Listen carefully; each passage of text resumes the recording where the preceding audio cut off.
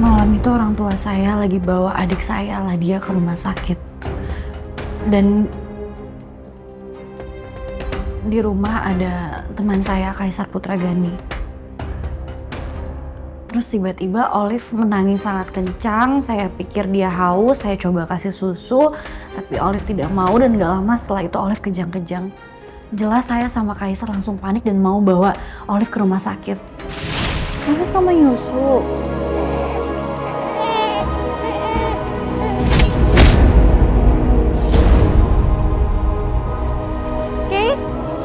Olive kenapa kejang-kejang lagi ya? Olive? Yaudah kita langsung ke rumah sakit sekarang ya, aku siapin mobil dulu. Setelah itu di perjalanan... Sebentar, Mbak. Saya mau tanya pada Anda.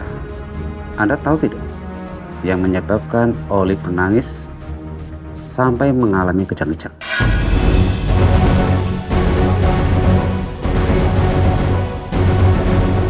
Saya mau tanya pada Anda. Anda tahu tidak yang menyebabkan Olive menangis sampai mengalami kejang-kejang?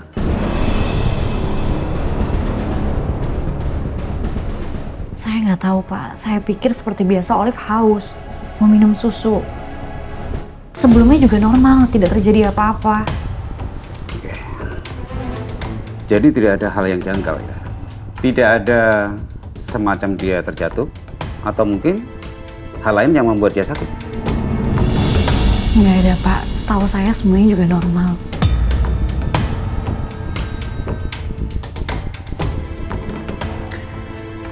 Bisa dilanjut? Lalu setelah itu apa yang terjadi?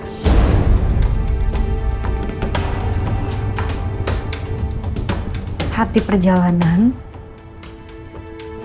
tiba-tiba ada mobil yang nyerang kami. Awalnya mobil itu menabrak mobil kami dari samping.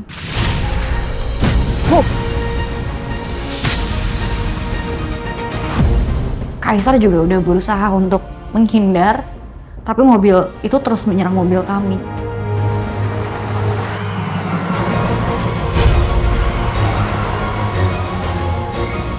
Sampai akhirnya mobil kami masuk ke sungai. Sungai yang gelap dan dingin.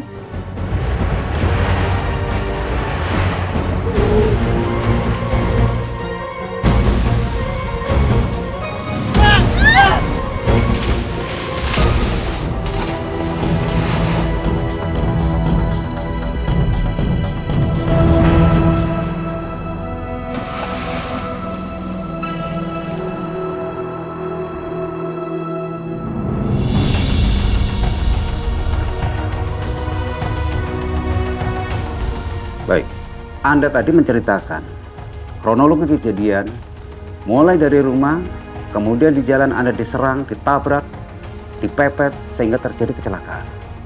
Tentunya Anda ingat, sebelum kejadian itu Anda pasti memperhatikan kendaraan yang dipergunakan untuk memepet Anda. Yang jadi pertanyaan saya, Bu, ciri-ciri mobil itu seperti apa? Pak, saya nggak ingat jelas mobilnya seperti apa. Tapi seingat saya warna mobil itu adalah biru.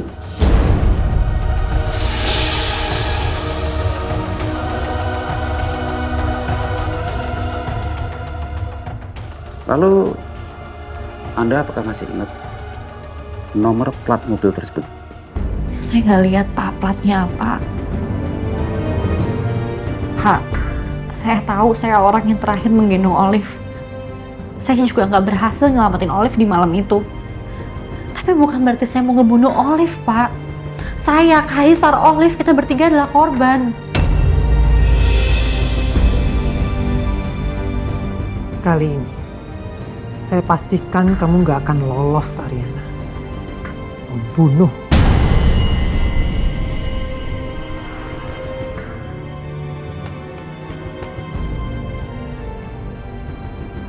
Kalau Bapak mau membuktikan ucapan saya, Bapak bisa telepon Kaisar Putragani, Bapak bisa minta kesaksiannya dia. Karena Kaisar juga saksi, Pak, dalam kasus ini. Maaf Bu Ariana, dikarenakan Anda tadi mengatakan bahwa Anda adalah orang terakhir yang bersama Olive. Maka sesuai dengan prosedur, Anda harus ditahan untuk sementara waktu.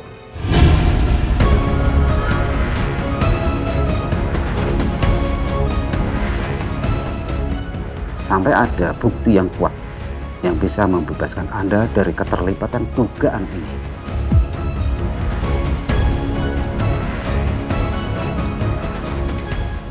Bu Aneng, Mbak Sena, bawa ibu ini ke ruang tahanan sekarang. Siap. Silakan Bu, ikut kami.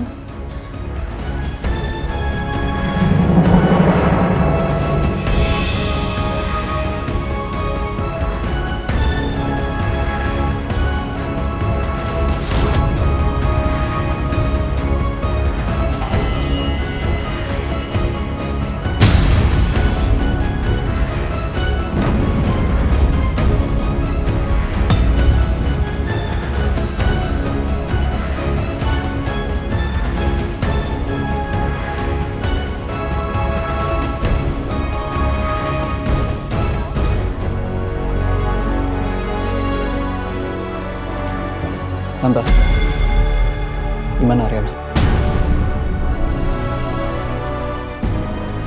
Kenapa? Mau sok jadi pahlawan lagi? Saya minta kamu jangan ikut campur urusan keluarga kita ya. Saya nggak bisa nggak ikut campur Tante. Karena saya tahu Ariana nggak bersalah. Pak, tolong diproses secepatnya.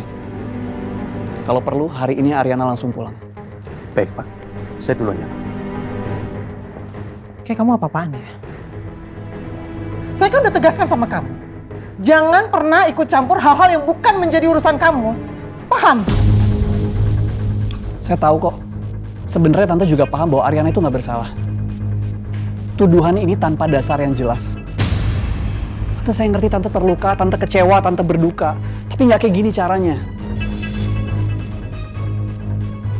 Kamu nggak usah merasa yang paling ngerti perasaan saya ya. Kamu pernah kehilangan anak? Atau pernah kehilangan cucu? Dan itu semua gara-gara anak angkat yang nggak pernah saya inginkan. Saya nggak tahu gimana rasanya Tante. Tapi yang saya tahu, Ariana sangat mencintai keluarganya. Dia rela melakukan apapun. Dia rela mengorbankan dirinya. Hidupnya, waktunya, semua untuk keluarga. Tante tahu nggak? Pada saat kecelakaan Olive, Ariana itu hampir meninggal. Dia berusaha untuk memperjuangkan nyawa Olive. Udah stop. Stop semua omong kosong kamu. Saya tegaskan sekali lagi, gak usah ikut campur. Mendingan kamu pergi.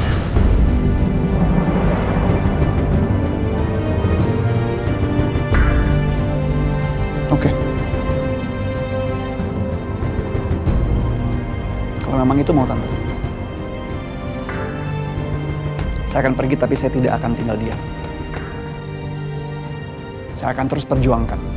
Saya akan cari buktinya yang membuktikan bahwa Ariana itu tidak bersalah. Permisi.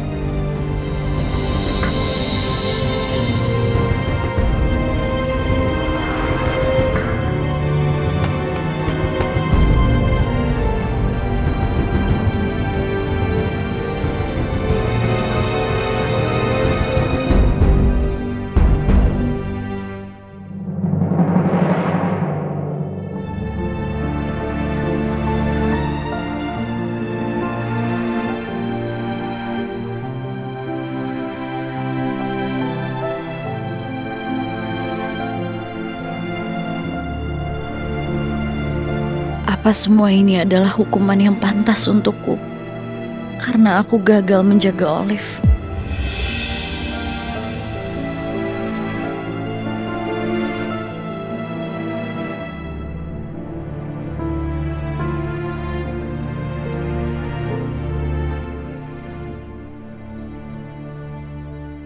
Mobil itu terus menghimpit mobil saya, Pak. Saya sudah berusaha keluar dari kecelakaan tersebut. Tapi mobilnya terus mepet dan mengarahkan kami ke sebuah danau. Dan kami nggak bisa kemana-mana. Setelah itu ada tabrakan besar, dia terus mendorong kami sampai akhirnya kami bisa tenggelam. Dari situ, saya merasa bahwa kecelakaan ini bukan kecelakaan yang wajar, Pak. Ini jelas bukan murni kecelakaan, ini adalah percobaan pembunuhan.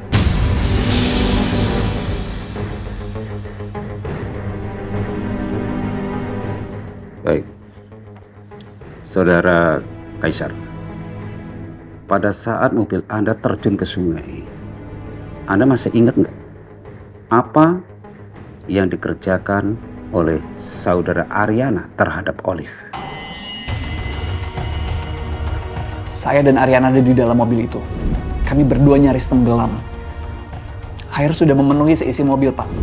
Tapi Ariana berusaha untuk bertahan, tangannya terus di atas dan mengangkat Olive di sisa rongga udara yang tersisa.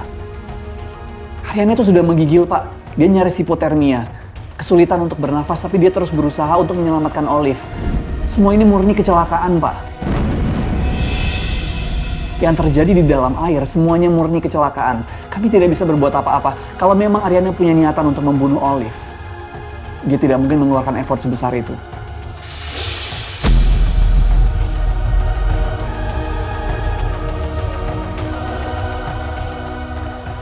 Apapun yang terjadi, saya akan terus mengumpulkan bukti. Dan saya yakin saya akan berhasil mendapatkan semua buktinya, Pak. Entah itu dari CCTV, dashboard camera, atau apapun itu. Semuanya akan menjadi bukti yang kuat bahwa Ariana tidak bersalah.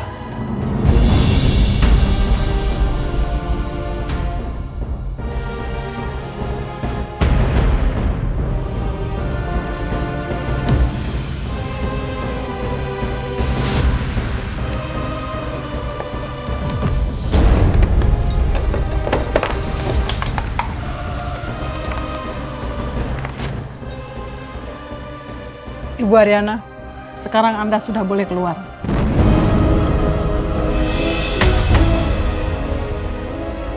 Kasus ini akan diurus sama Pak Kaisar. Selama dalam proses penyelidikan, status Ibu itu sebagai terlapor. Jadi Ibu tidak perlu mendekam dalam sel.